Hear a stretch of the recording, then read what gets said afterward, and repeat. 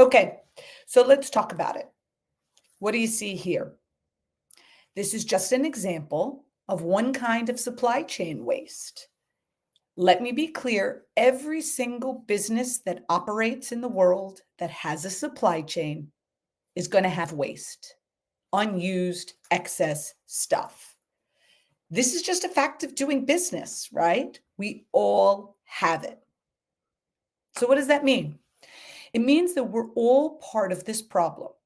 Every single year, approximately $1.77 trillion worth of excess inventory just sits in warehouses collecting dust or being burned or sent to landfill because people didn't feel that they had a solution for it. So why does all this excess inventory occur? Well, we're really in a crisis of supply, more excess inventory than ever before because of closed doors, canceled orders, missed seasons and collections, right? That number, that problem, what we're experiencing now around the world, that's what got us inspired. And I do know about this problem because my family has been in the business for over 100 years. Here's a picture of me with my great-grandfather, Pappy. In 1896, he came over on a ship from Austria. He landed at Ellis Island, and he settled into the Lower East Side of New York. And he was an immigrant chasing the American dream, and he had to make a living for his family. So what did he do? He would find materials and supplies nearby, old fabrics and furs and things that immigrants had brought over on the ships with them, but they weren't using anymore. And he would repurpose them by hand into beautiful garments. And he sold these goods to local customers. And it was an incredibly profitable, successful business. Many of his coats and jackets I still wear today, 100 plus years later. Now, of course, today's supply chains are a lot more complicated than my great-grandfather's day. But our vision with Queen of Raw is how can we use technology to get back to the way my great-grandfather did business? It was a business model that made sense for people, it made sense for planet, and it also made sense for his profit. So why do we have all this excess stuff? Well, check this out. This is a real inventory file from a large brand, and it goes on and on and on. This is their excess inventory. And we ask this question, why are businesses okay with this? They shouldn't have to be. There should be a better way. So we saw things differently. We saw that we could actually turn excess, all that valuable stuff sitting there on that Excel spreadsheet that you just saw, into opportunity by helping you manage and control the flow of all this stuff and figure out what to do with it. So we built a solution. We have a SaaS software platform that takes care of all that excess inventory for companies all around the world, all in one place, helping them find it, because that's a big part of this, right? Knowing what you got, what it's made of, where in the world it sits, and what to do with it. But once you know you have it, figuring out how to access the world of buyers, resellers, recyclers, donation partners all around the world. And that's truly how we unlock opportunity in all of this and giving you back the power and control you need from one central dashboard that you see here.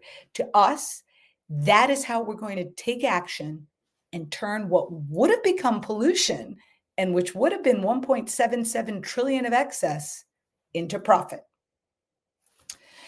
Well, right now, things like reusing, reselling, recycling, donating, it's very popular. It's a hot topic. But being able to participate in that and actually do it, especially as a company, it can feel overwhelming.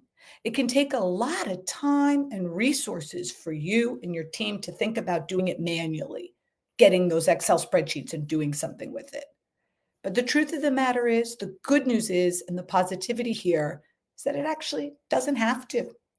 From one URL, we want to put solutions into the palm of your hand. This is truly possible. Don't believe me? Well, scan this. See an example of what we did with one of our clients, Anheuser-Busch.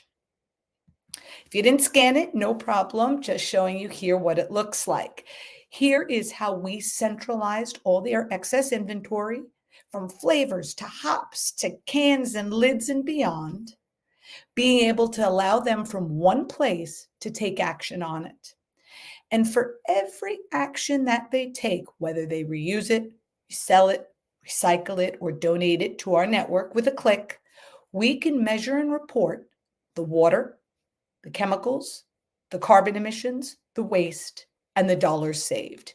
And that's really important too, because it's one thing to do these actions, but to actually be able to measure and report them for your stakeholders is critically important. That is valuable to your C-suite, it's important to your investors, and it's also important to your customers. The world is asking for this, and you can do it. We don't just have a global reach. This isn't just about doing small little projects in one little region of the world. This is about building solutions that are automated and scalable so everyone in the circle can participate in the economy of the circular economy. Here are just some great examples of our partner network, because the partners are who make this all possible. One example of a partner that we worked with is Ralph Lauren. For them, we took action on over 12 metric tons of excess inventory across 7 locations in Asia. And we were successful in diverting 92% from landfill and incineration to date. And I mention that because I'm not just proud of the work that the solution is able to deliver for these customers, but I think that there's an assumption with circular economy that this only works for one unit at a time, one t-shirt at a time. The fact of the matter is that you can solve this with metric tons at a time and actually achieve really strong diversion rates while saving and making a lot of money. That's critically important. The more we save, the more materials that are rescued. This actually means that we're cutting down on our consumption of new materials, right? And by doing that, we are able to avoid creating more materials and saving on carbon, water, chemicals, and waste. How do we actually know that? Well, we spent a few years with MIT data scientists building out algorithms, and they're very specific to the actions that happen across our platform.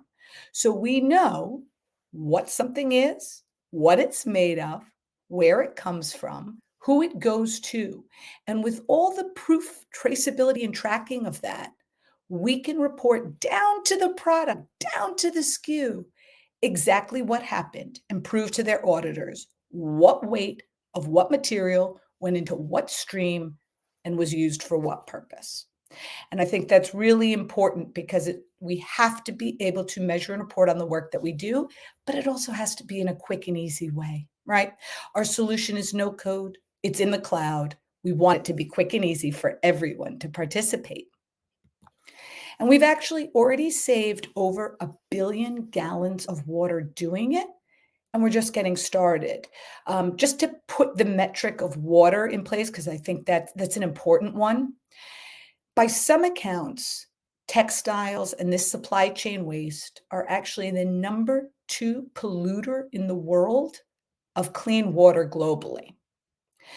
If we continue at the current pace of production and waste, by 2025, it's estimated that over 2/3 of the entire world's population will face shortages of fresh water and be exposed to hazardous chemicals from textile production alone.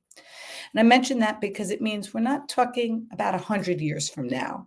We're not even talking about 10 years from now. We're literally talking about today and on our shores. But if you flip that statement on its head, because I think often in sustainability, we get caught up in the scary statistics, but you want to know what's possible and how you actually solve the problem. What can we do about it? And so if we flip that statement, this means that textiles, supply chain waste, what we're all talking about here, it actually has the power to solve the world's water crisis if we rethink how we do things.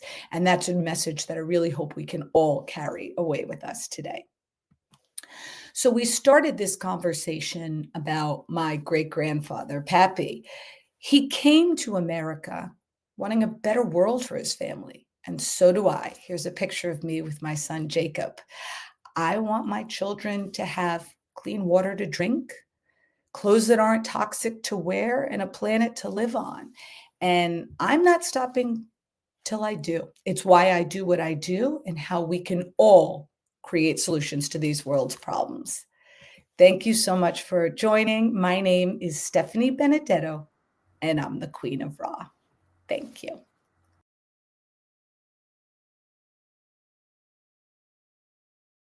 Stephanie, I enjoyed your presentation very much, but let's drill down to a few questions. Great. How do you see the global circular economy changing? I think it goes without saying that we are in a massive period of disruption in this world, from pandemics to recessions, dependencies on China, right, and other parts of the world. And these supply chains are being disrupted now more than ever.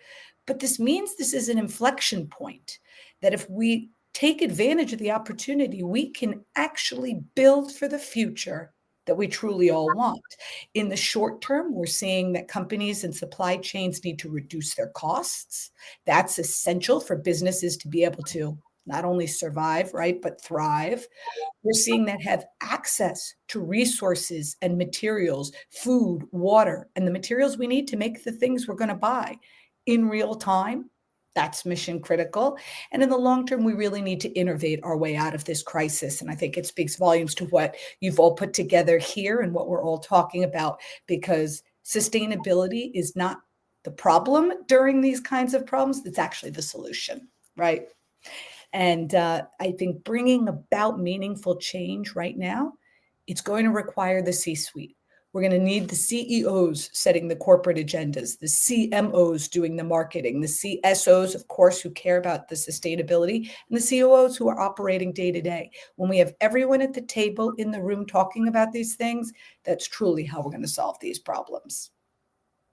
What role do you see public policy playing in Yeah. setting best practices for these Yeah. changes? Policy, and we spend a lot of time with the US Department of State. I was just with Congress. We do a lot of work with New York City government, with the EU. I think that government and policy is a part of this. We cannot wait until government does something in order to act, then, right? It's almost a little bit too late. But I do think that the work that government does really is supportive and helps force the hand and encourage us all to act in these certain ways and creates incentives. We actually spent, before the pandemic, we were with the New York City government, the NYCDC, and we formed the Circular City Initiative. It was with H&M, Unilever, Cisco, Goldman Sachs, the Ellen MacArthur Foundation, and a bunch of great organizations. And what was interesting about that group is we wrote a white paper and we showed, it's available on circularnyc.org, how many good jobs could be created and how much money could actually be saved and made by companies going circular in the coming years. And so the point of the paper was not just to change the laws and slap businesses with millions of dollars in liability on the books. It was actually to show that by having these good actions, here's the economic and the environmental impact that it can have locally, nationally, and internationally. And I think that's critically important in how we think about it, because, if you go to a company and you tell them that they have to be 100% transparent, circular, and sustainable overnight, well, how is anyone going to be able to comply with that law and participate, right? I mean, but if you show them that they'd be paralyzed. But if you show them that there's a clear step one, right? Like, let's start with your excess. Let's start with your waste. You can sell that, make money, and then put it back into doing good work in your supply chain. You can pay your workers more. You can adopt more innovative technologies. You can use more sustainable resources. And you can do it without your CapEx going up. Right? How do you say no to that? And that gives people the direction. And then you can start to grow up and down the chain from there and adopt more better practices.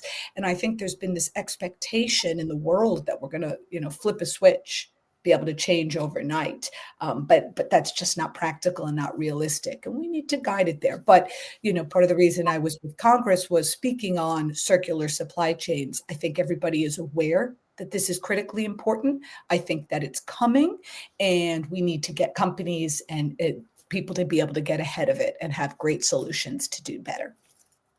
Last question. So tech is very important for this industry.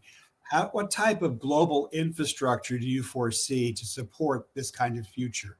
Yeah, we didn't get too into the tech in my presentation. Of course, like any good company, we are a technology company. Of course, we use machine learning, AI, and blockchain, right? It kind of, if you don't, what are you doing these days?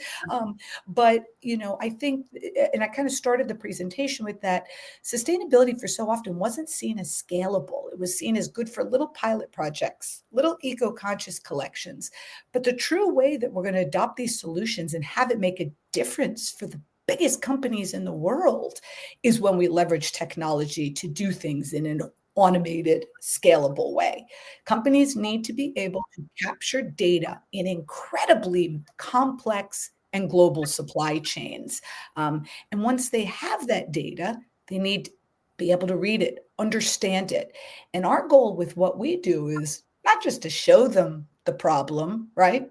Not just to help them sell this excess inventory, because that's kind of just slapping a band-aid on the problem, but truly helping them understand, why did you have all this excess? Why did you have all this waste in the first place? And most importantly, how do we solve that problem? How do you intelligently minimize that waste going forward? And I think that's truly how we are going to, as I said, innovate ourselves out of crisis and solve this. And technology allows us to do that in ways that, humans and manual intervention just can't. We need to be able to leverage that. Now, it doesn't mean there isn't a valuable place for us as humans in these businesses, but it means we can spend our time on the more important things and let technology do what it does best to solve the world's problems. Well, thank you very much. I think you've had a lot of enthusiasm and enlightenment for this summit. We really appreciate it very much and hope to see you again. Likewise. Thank you very much, Peter. Thank you all. Take care.